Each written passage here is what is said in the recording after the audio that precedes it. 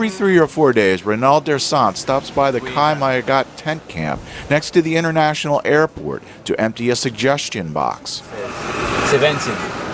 We got 70 letters. A year after the earthquake, hundreds of thousands of people are still living in tent camps. Frustration is running high, and frayed nerves often lead to violence. So Leonard Doyle, communications director with the International Organization for Migration, came up with the idea to put a suggestion box in some of the camps. It's very volatile after the earthquake.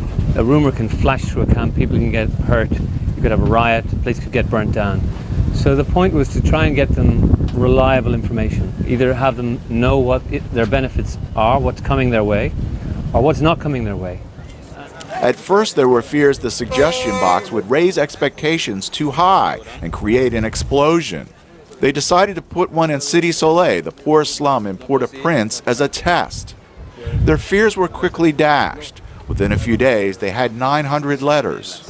So that kind of blew us away, really, and we realized that there's something here that we didn't realize. There's a frustration in the population, that they're not being listened to. It's one thing to say they're not getting their needs met, but they're not being listened to.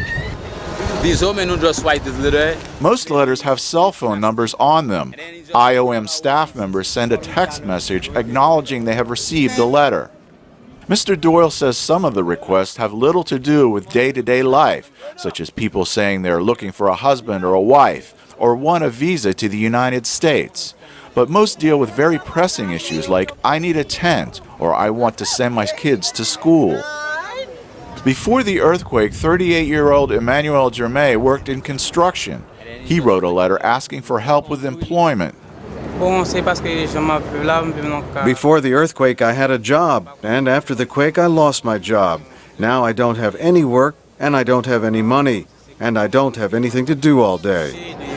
We want you to make a phone call. Mr. Doyle explains to Emmanuel that he cannot promise results.